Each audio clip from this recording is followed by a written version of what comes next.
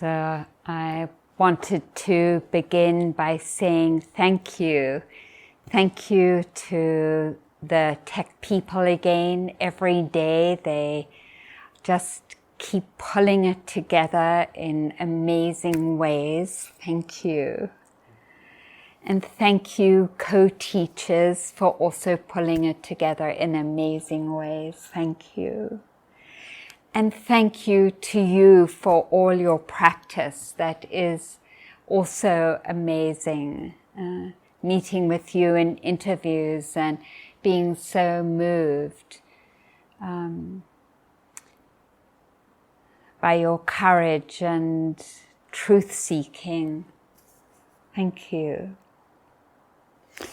And as I'm in a thank you type of stream right now, I wanted to introduce to you those who might not know Ruth Dennison, my teacher, and some of our teachers. And she was a truth seeker. She was fearless in all the different experiences of her life. I just want to, there's so many, but I want to mention a couple. And one is that in the war, she was in an open cart. She became a prisoner of the Russians in the war, and the Russians took all the German prisoner of wars to a labor camp. And it was the middle of winter, so freezing weather. And she was in this open cart for 4 days, no food and no water. And people were dying around her. And she realized that she had to stay awake, because if she went to sleep, she would die. And so she stayed connected to her breath, diligently to stay awake for 4 days and 4 nights until they came to the labor camp. And that wisdom that guided her in that way just feels so inspiring to me. And then the other place where she was fearless is in the clothes she wore.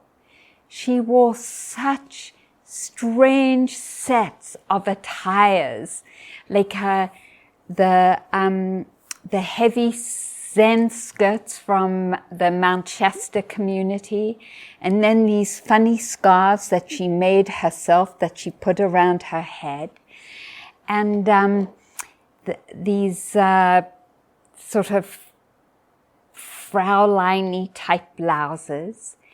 But if she was cold, she'd put on a big Father Christmas knitted cap, and she would go to the airport and fly with it.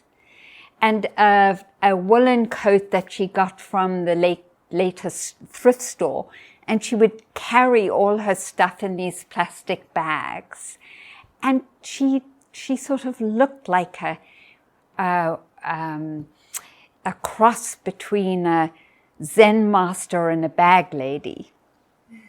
And she was fearless in expressing her own creativity and what her truth was. So when many of the lineage that she came from, and I'll introduce her teacher, threatened her with expulsion from the lineage from teaching mindful movement and for sort of moving out of the very traditional Goenka style path that Goenka adopted. She was like, this is my truth. This is the Dharma flowing through me. If you want to expel me, then she didn't say it's your loss. That's an American expression, but that's kind of that's how she was.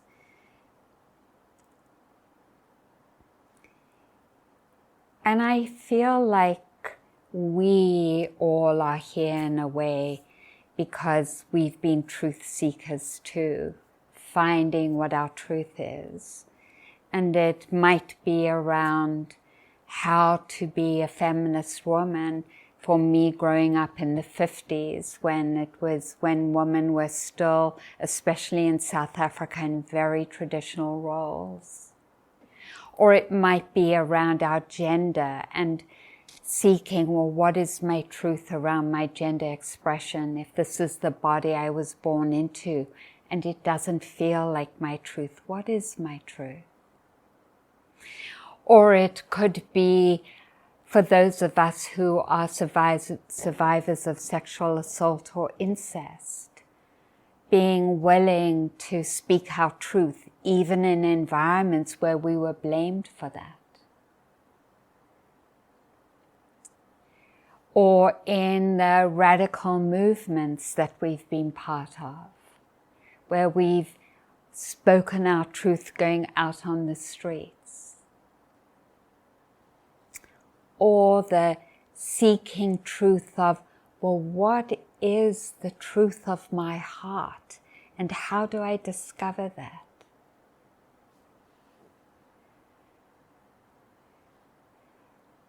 And I feel that in our room, how much we're truth seekers.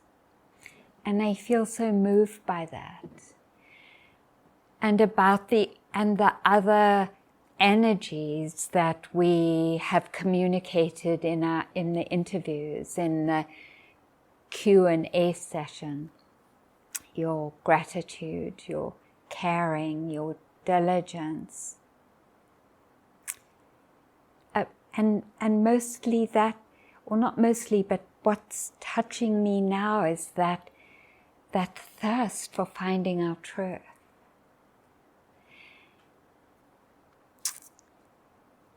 And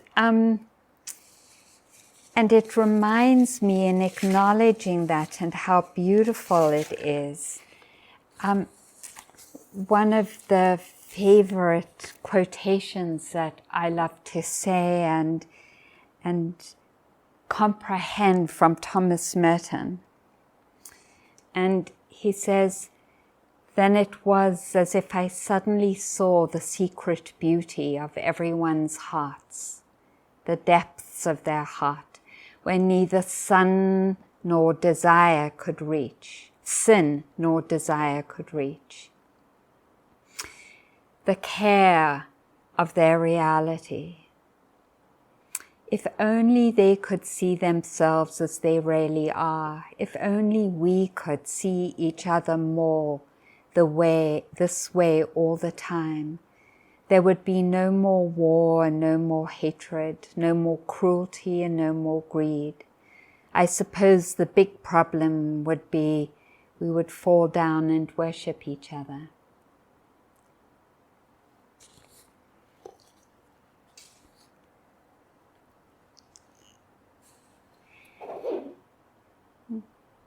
In one of the themes of this retreat, through taking the refuges and through reclaiming home, as Booker spoke about yesterday evening,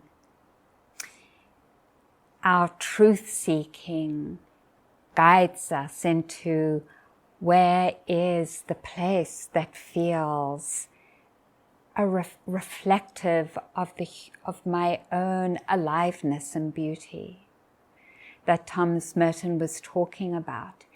And the Buddha is so explicit in this when he says that really the whole Dhamma, and he has lots of pithy sayings like this, the whole Dhamma is the cultivation of the beautiful qualities. One of these being our truth-seeking, and the others we know already: love and compassion, friendliness, joy, generosity, wisdom, truthfulness, equanimity, patience, non-harming. we know when we experience these energies that that is where we begin to find our homecoming, right? That because they provide a space in which we live without suffering or stress or disease or contraction. And so I know that the practice is complex, but the guideline that the Buddha invited us to was, if you can abandon all that is unwholesome, if you can cultivate all that is beautiful, then you will find liberation.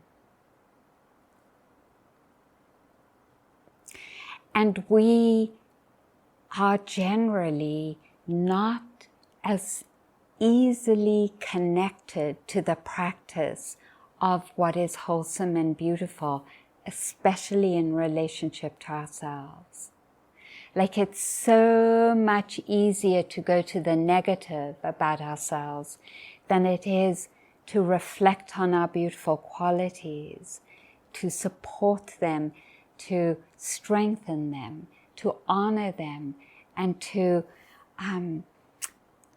believe in them. And so when I speak to your truth-seeking and effort, I want to make sure that you didn't dismiss that immediately. Because this path of finding where our real home is, it rests on acknowledging what is living inside of us that is beautiful. And Booker spoke so beautifully this morning about trauma. And this is one of the antidotes to trauma. When we are overwhelmed or triggered, and I don't want to say that as a deficiency, I'm saying it as an acknowledgement of what it is to live in a dominant culture. Then there is this antidote, which is to turn towards our beautiful qualities and to rest there, because their characteristic is to nourish ourselves, is to mend and integrate. So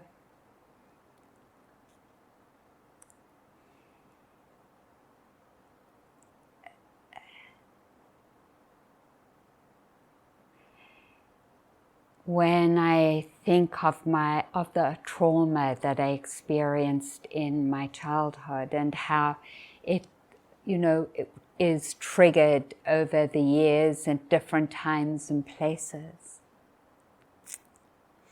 and the experience of being in a triggered place is that one of dislocation, a lack of faith, feeling hopeless, feeling contracted and collapsed, feeling confused, finding judgment towards myself and others, aversion, shame, all the energies that seem to be part of the cluster of what it is to be triggered. And I'll go to that later. When that happens and it feels like there's no gateway, I found, at least for myself, that if I can turn towards the energies that I know are living inside of me, and one of the energies that I know is strong is my courage. So I went in one of the early trainings I did on oppression, actually with visions, where the multicultural agreements came from. At the end of that 5-day training, we went around and wrote appreciations, what we appreciated about everyone who was part of the training. And it was amazing how many people wrote courage. I appreciate your courage, Arena. And I was like, yeah, that's something that it is, for various reasons, lives inside of me. And when I, in my triggered place, can turn towards that and say, thank you, courage, for living inside of me. May you continue to strengthen and bless me on the path. That becomes my gateway back into some inner connection, because that's the quality that the beautiful qualities, any beautiful quality, brings us to, that beginning of inner connection and ease and well-being. And I'm not saying that just saying it twice does the trick. It takes some diligence and some ongoing effort and faith to hack away at that path, right?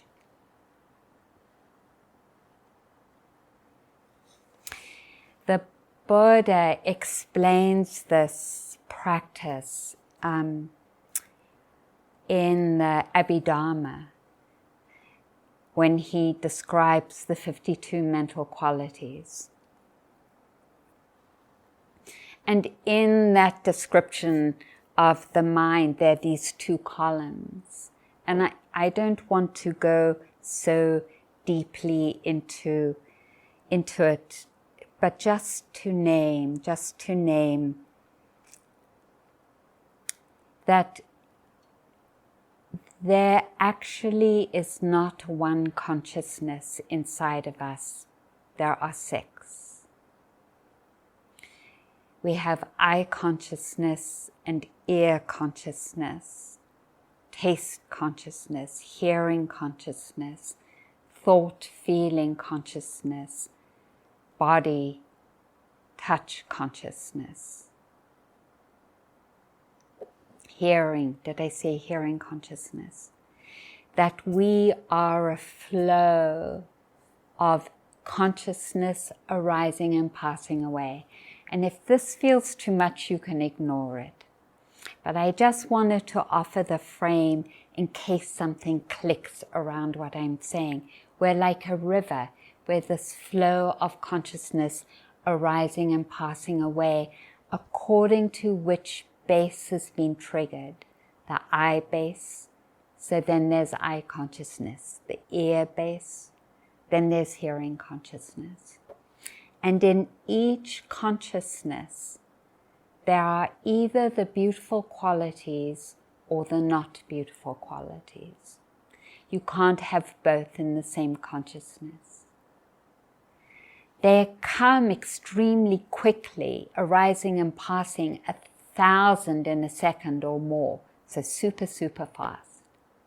So it feels like it's continuous, and that there's actually this one consciousness living inside of us, just like in the old movies, there were all these separate frames, but it felt like it was one continuous movie, right? But actually, amazingly, we're not one solid entity. And thank goodness we're not, because if we were solid, it would be impossible to change. If there was one block of consciousness that was me, that was never changing and eternal, there would be no possibility of healing. In each consciousness, then, is the possibility of either ignorance being arising, greed, hatred, delusion, shame, doubt, conceit, avarice, jealousy, revenge, fear, terror, clinging, craving, not caring, in other words. Like, there's that possibility that happens, and we have that capacity or wiring. And we see that or discern it so clearly in some of the people who have power in our world, but particularly because we're living in the United States, we discern how ignorance is arising moment after moment. And how can we tell that it's ignorance? Because there is no caring. There is no wisdom. It is clearly centered around greed and being self-serving. There's no wisdom there. There's confusion in the mind.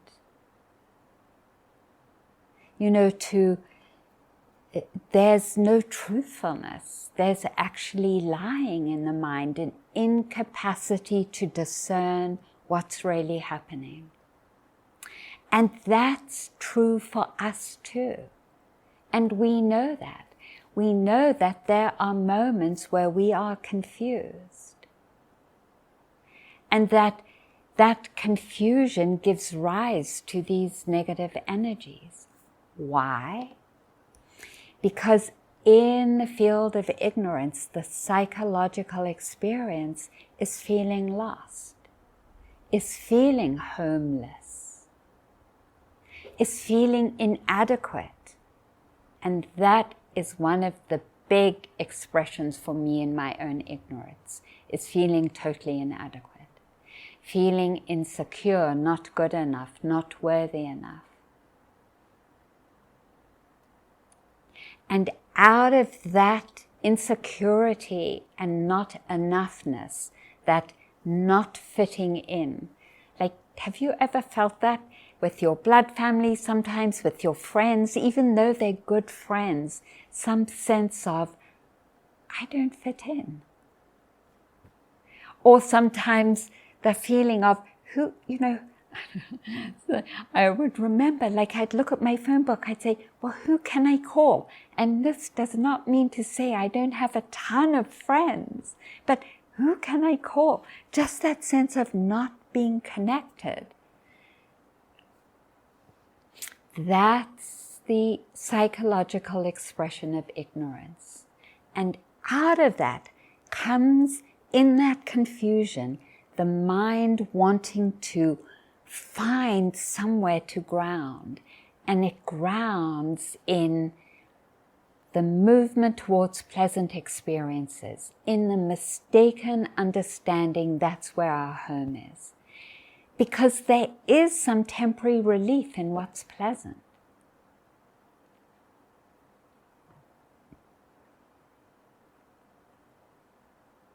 And the pushing away of unpleasant experiences because it's so unpleasant. And so, because we have no control over the long term of our bodies and when they're pleasant and unpleasant, of our external conditions, of our thoughts and our feelings, we're in this ongoing struggle where there's no ultimate relief. There's no end.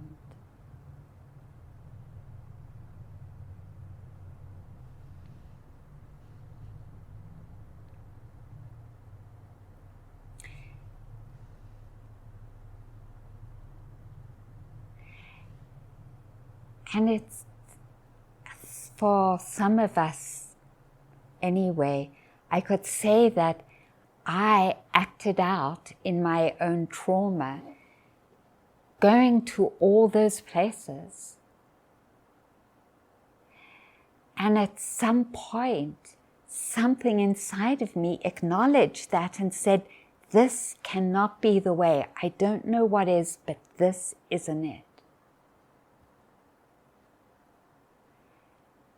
And I love that, because we each here, I bow down to that place inside of us that said, that isn't the way, there must be something that drew us to this.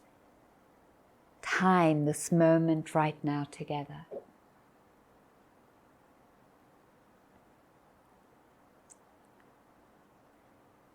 And that energy and wisdom will guide us, that recognizes wrong path. And that doesn't mean to say that ignorance and those energies don't keep arising. They do. And one of the reasons that ignorance keeps arising is because when we're related to with those energies, when we aren't respected, when decisions around COVID-19 are made and our lives aren't respected, when a wall is built, when environmental protection is rolled back so more mercury is in the air, that uncaring triggers the dynamic of ignorance inside of us. So no wonder we feel like we're living with trauma, we're living with that dynamic over and over again of disconnection, of hopelessness, of a lack of clarity, because our culture is triggering it all the time.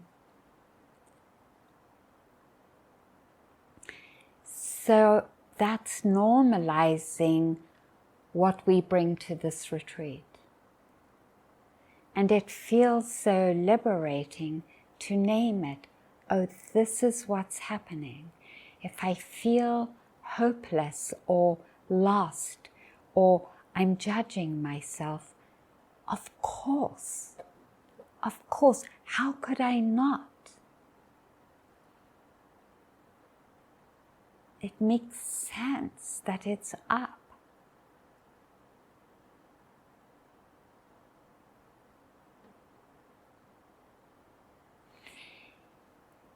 And then the Buddha offers us this pathway of healing.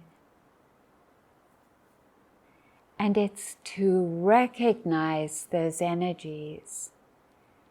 And in the recognition of that dynamic, oh, I must be in that dynamic of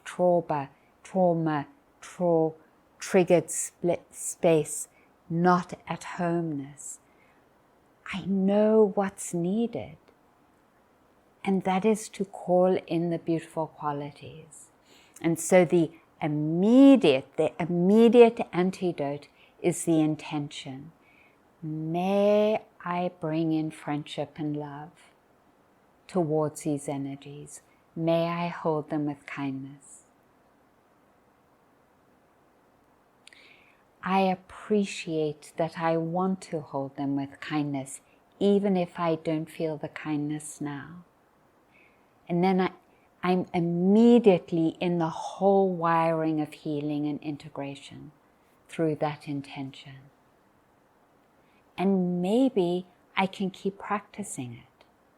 Maybe if I can't do metta, I can say, but I know I am strong in my determination. So I can say, determination, may you bless me in my life and continue to guide me. Or I know that I have the capacity to make an effort, and I can give thanks for that.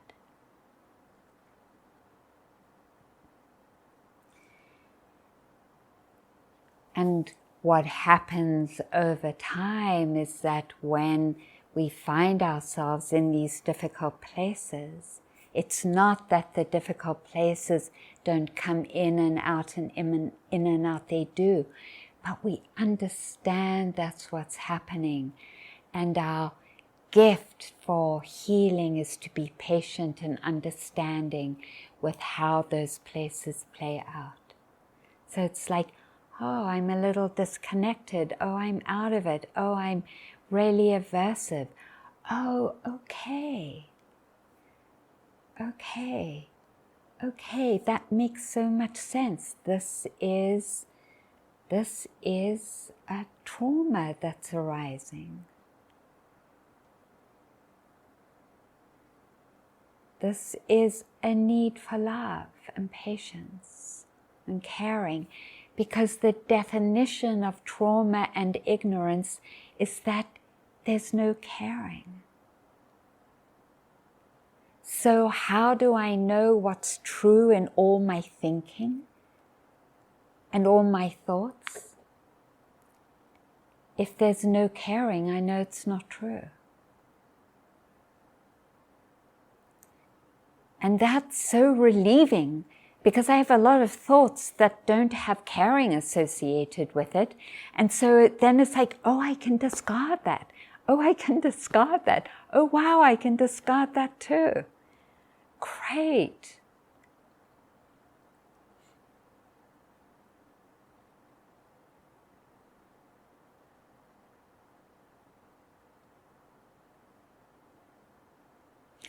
And so then it becomes increasingly clear that the path that we're on is a path where love is the ground that we stand on and the ground that we cultivate over and over and over again.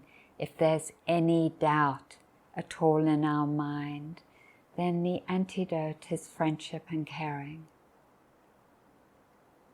May I meet you, doubt, with caring.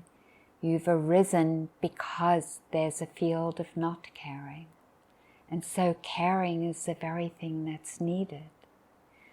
And the antidote is recognition and presence, because doubt and greed and anger and hatred and confusion wouldn't be arising if there was presence and caring.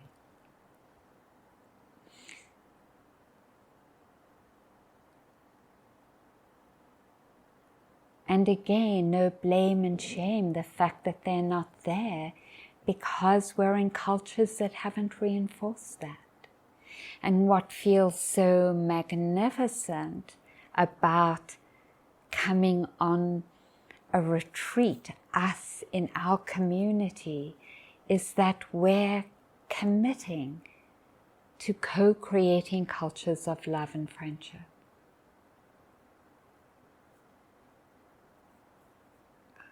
And I know that it isn't always so clear to discern when we've fallen off the wagon of love and presence. But it comes to us after a while. Oh, I'm not loving. I'm not caring. I'm disconnected. I'm not embodied in presence.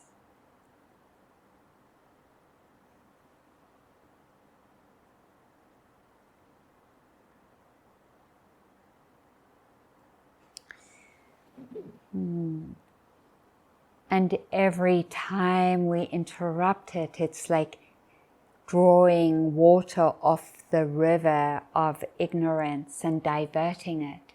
And soon that diversion becomes greater and greater in its stream.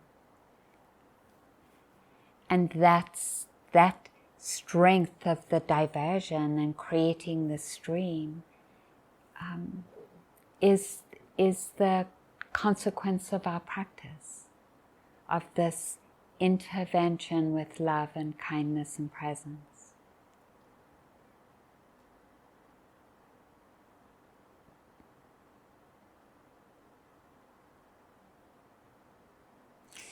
And so then we begin to see the power or understand the power of mindfulness.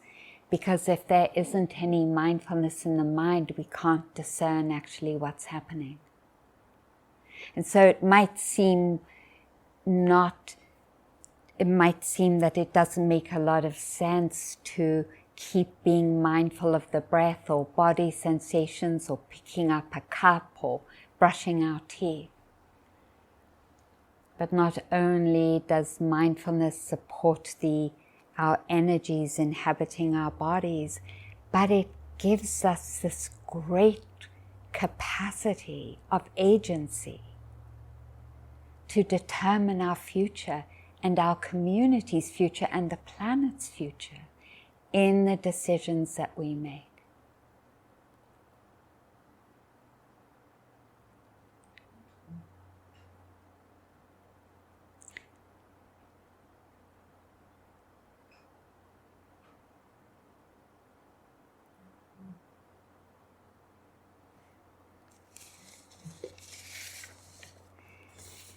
So, when we think of where was it? I was just remembering Maria Moreno, who was the first woman hired as a union organizer for the farm workers. I don't know if you all know about her or heard about her. She was born in Texas in the 50s, and there was this great flooding in 1958. And so all the farm workers were displaced. She had 12 children. And her oldest son had been giving food to his younger brothers and sisters, so they would have a bit more food, and was going blind. And they were starving, and that caring for her children just like catapulted her into beginning to organize the farm workers. So just really amazing woman. And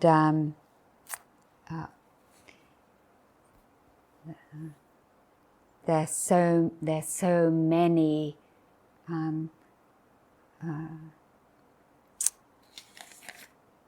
I want to name Sylvia Rivera, of course, and Emma Goldman, and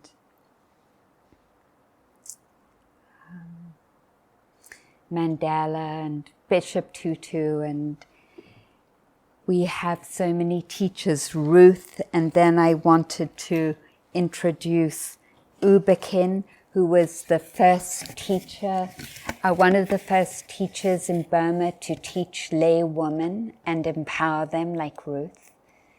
So also broke with tradition and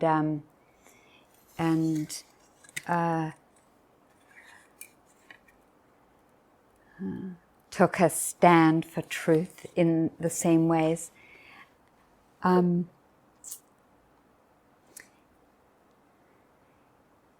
That in our cultures we have such amazing ancestors that have shown us the way of what it is to choose truthfulness and love as a path.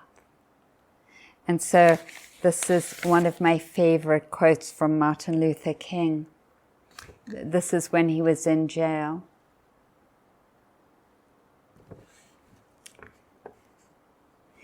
These words may have an unexpectedly optimistic ring at a time where pessimism is the prevailing mood. People are often surprised to learn that I'm an optimist or I have faith. They know how often I've been jailed, how frequently the days and nights have been filled with frustration, sorrow. How bitter and dangerous are my adversaries.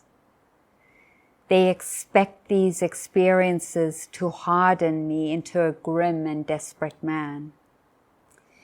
They fail, however, to perceive the sense of affirmation generated by the challenge of embracing struggle and surmounting obstacles. They have no comprehension of the strength that comes from faith in love and ourselves. It is possible for me to falter, but I am profoundly secure in the knowledge that God loves us. He has not worked out a decision and design for our failure. We have the capacity to do right as well as wrong, and our history is a path upward, not downward. The past is strewn with the ruins of the empires of tyranny, and each is a monument not merely to our own blunders, but to our capacity to overcome them. While it is a bitter fact that in America in 1968 I am denied equality solely because I am black, yet I am not a chattel or slave.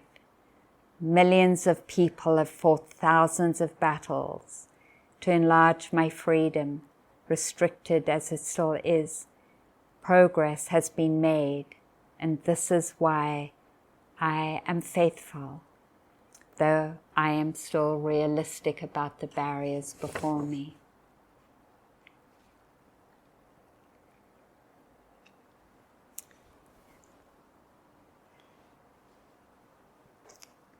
So when we took refuge at the beginning of our retreat, we were taking refuge in that same capacity that Martin Luther King is speaking to, that capacity to call forth these beautiful energies.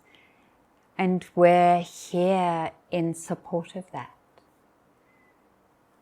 And of course, not only for ourselves individually, but because that power, the power of love and the power of presence, are the tools in which revolution is waged and liberation is waged.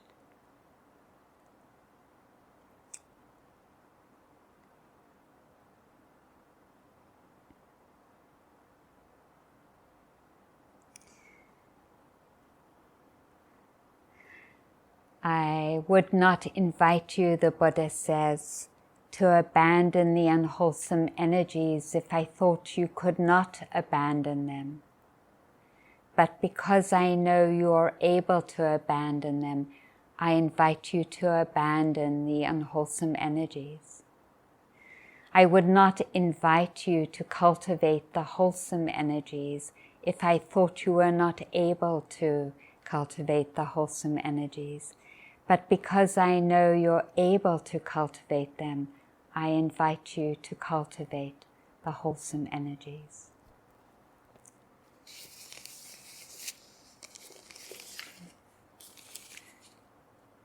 And this is what Joy Harjo, our beautiful poet laureate, says in her poem, Eagle Poem.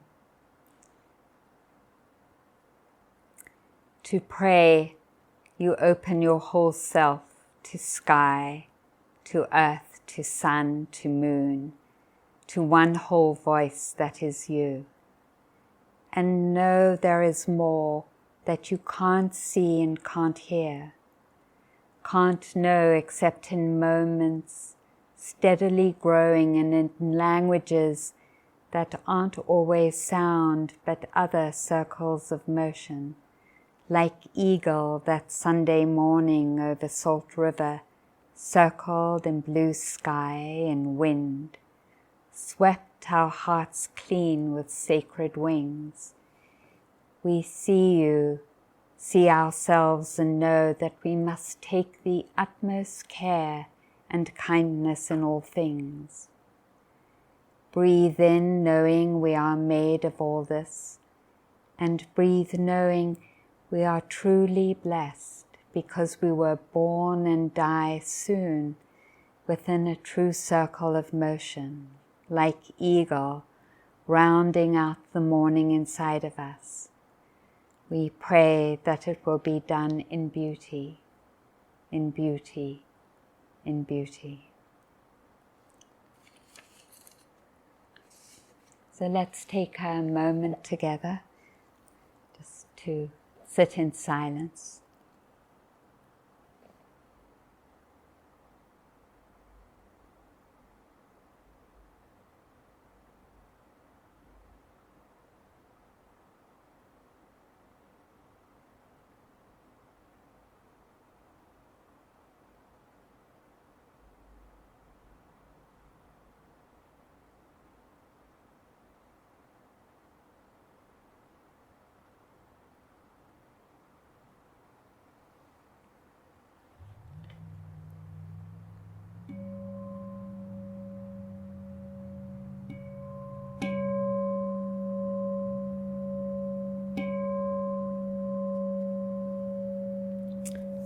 Thank you. Thanks for your listening.